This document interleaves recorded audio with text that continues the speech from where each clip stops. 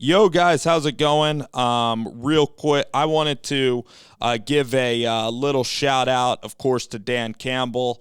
It was really just a great gesture by him, which I'm not surprised about. Him and Jared Goff and the whole Detroit Lions for honoring the tragedy that happened in Michigan, and then them getting their first win last week was really, really exciting. So again, I'm a big fan of Dan Campbell.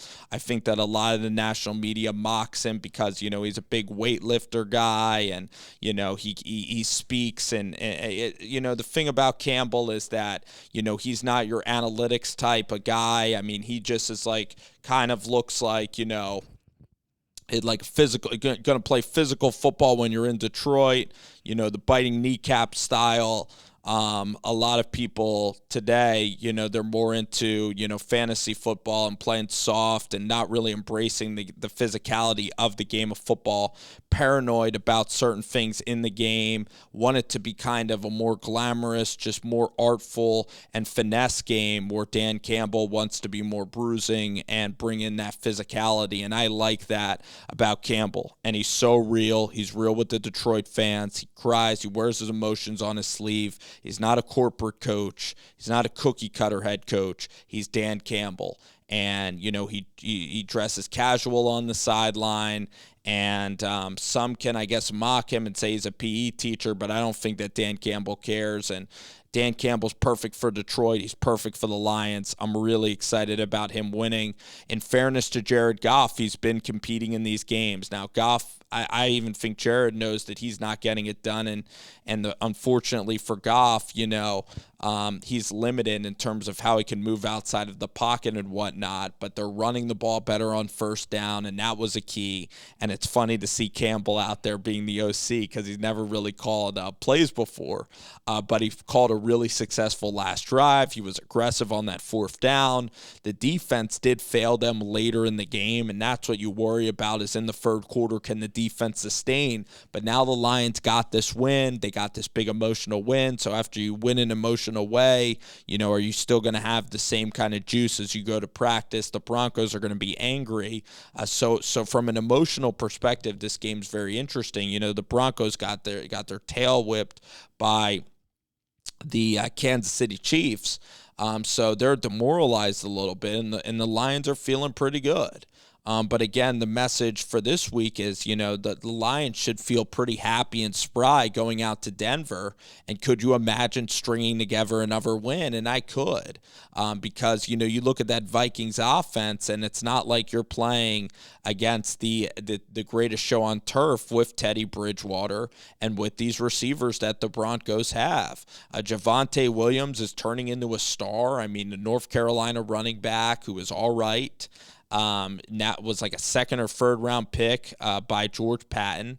And that draft class is actually looking absolutely fantastic with Surtain. And now Javonte Williams has taken over for Melvin Gordon as Melvin Gordon's a little bit older.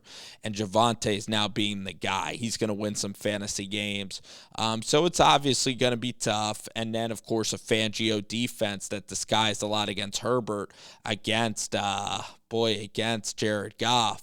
But mentally, if there's some way that the Lions can run the football on Denver, that's going to be the thing, because then that allows Jared to go play action. And Jared's got to trust his tight ends, throw the 50-50 balls. And let's see if the one thing is with Denver's offense, what's his name, Glenn there, the Darrell Glenn, the DC should be able to keep the Lions in the game. But this is going to be a really interesting contest. It's a 4 o'clock game on Sunday. To kind of see how the Lions respond to a lot of positivity. And then you want to see if they can build their team. And for Jared Goff, like if he can win some of these games going down the stretch, then Jared, I think, will get a chance to start next year. The Lions, too, they have to be very judicious with their draft picks, because next year is when Bryce Young's now probably surpassed C.J. Stroud even in my rankings, because Bryce Young looks like the next awesome pocket passing quarterback. He throws it like Aaron Rodgers. This year, you don't have one of those guys. So you're looking at maybe a Hutchinson who would be an absolute culture setter for your team. I don't know. I mean, you could also maybe even ransom that first pick up and get a ton next year. Maybe trade that to like Houston or something and try to get like a ton of picks. I would not even mind that. I know that you really want Hutchinson so bad. That's what's going to be the really tough part about this process. But at the same time, all the QBs are coming out in a year and a half. So it's an interesting process. But and then for Denver, you have to see if Fangio's the guy. I think Fangio's mediocre. Maybe it's just because of the older age, which is unfortunate and not fair. But at the same time, I mean, the way that this offense is with Shermer, it's really frustrating. You know, they lose to the Eagles. You know, they lose inexplicable games. And then they're just very average against the best of the best. So they've never been able to string together big-time wins. They're right in the middle. They're not bad enough to rebuild, and they're not really good enough to compete. And how much upside does Fangio really have? You know, at least Joe Judge, you know, at least you see upside on defense. And I guess Fangio on defense has been good. But, you know, from special teams and the talent on this team, it's just not really coming together. You know, the Drew Lock situation was mishandled. You trade away Von Miller. You get a new general manager coming in. There's tons of moving parts now.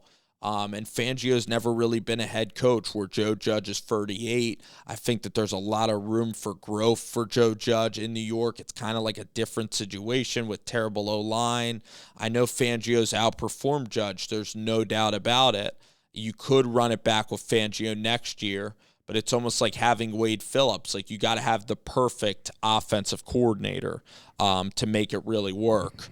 So he's not like the Harbaugh or like the CEO type of guy that like Tomlin or a Joe Judge is. So I guess that's maybe where I'm a little bit different.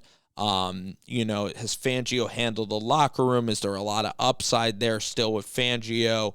And the Broncos are so dang close that with Javonte Williams, if you put together if you hire a Kellen Moore, somebody great that wants to go out to Denver and be an offensive coordinator out there, like a Kevin O'Connell, if you do that, then you have a chance to be very, very special.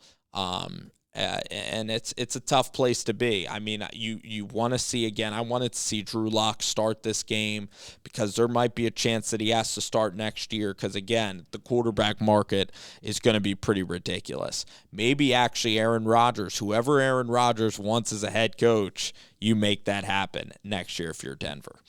Alrighty, guys. Thank you for watching this video, and I'm excited about Lions-Broncos.